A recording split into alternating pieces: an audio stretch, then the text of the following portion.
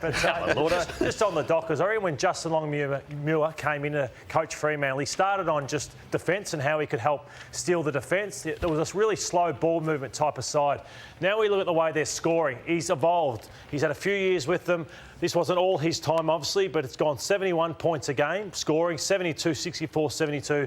They've jumped up 3 goals a game, which is huge so far this year. Let's take a look at how they're doing it. So, with their midfield, they've brought in Brayshaw, Sarong, these types of players, Will Brodie. But nowadays, they used to go wide, slow, protect their defence. I think they've got just about one of the best defences in the competition. So they're now rock solid in winning one-on-ones, but they just don't hesitate anymore.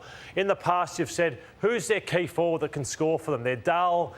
They're boring, they can't score. Well, Matty Taverner kicked 7 last week. Yesterday it was Lobb, and it was also Schultz who kicks goals. Walters looks a bit sharper, more dynamic. Frederick works his backside off as a hard-running forward. So you just see this. They just go. Tarsi Tucker looks up, Taverner rolls up. It was him kicking 7 last week. Look, drop over the top. They had Carlton at 6s and 7s yesterday. So, yeah, they seem the total package at the moment, the Fremantle Dockers. And just on Brayshaw, I think he's just about the best midfielder in the game at the moment with how he works both ways. The coaches have voted him that person to this point of the year in their award system. And they're doing this without Fife. They've lost Chera, who's an elite midfielder. So they're going well. How well are they going? So we'll find out. They've got some big games coming up. So they've beaten the side so far who they should have beaten. Let's have a look at the list of the sides that they have beaten so far. And we spoke about the fact that St Kilda was the only side to beat them, which stacks up a little bit. You're saying they've beaten no one? I'm not saying they've beaten no one. The Carlton win. I think the big games are coming. The Melbournes, the Geelongs in Geelong.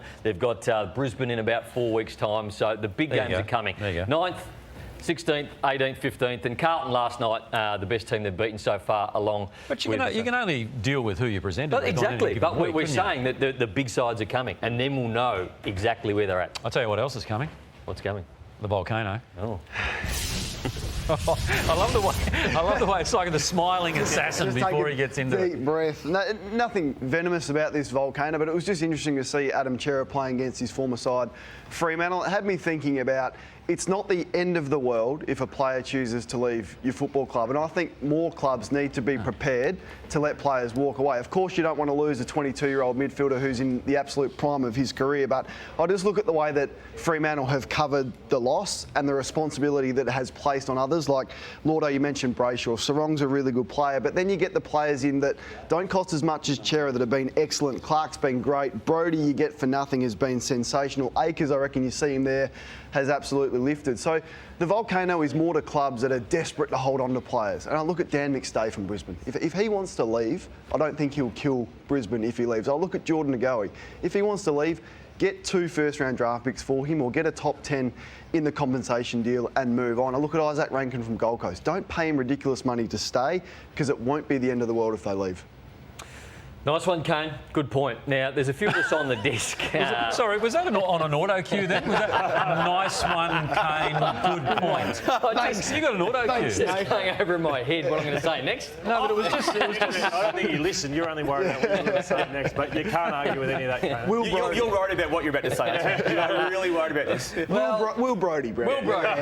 Now, he hasn't kicked a goal for 1,020 days. He is flying, Will Brodie. And Kane, you bag on about Mosh a lot. And this is the goal he's kicked. Now, I've figured out why he hasn't kicked a goal for 1,000. Look at how many guys touch and rub up his hair, and it really upsets him. I think this is why he's kicked goals. So then Mundy comes in, Tucker comes in, they're all rubbing his hair, and it's starting to go back like Damo's car parks on the top of his head. And all of a sudden, he gets a little chance. Okay, they've already touched my hair now. Now I can get a little chance to touch it. And then there's a few more players. Pierce and Lowe come in, and they all rub his head on the top. And now he's got the chance. Have a look at him looking at the scoreboard to have a real good look. Okay, I need to pull my hair down because it's starting to go back. Oh, my God. I tell you, seriously. So we got Lorna up in the place. We're looking for little strategy things. And we got Brownie at home worrying about hair. You were late to the meeting on the back of doing that research. Yes. Oh, jeez.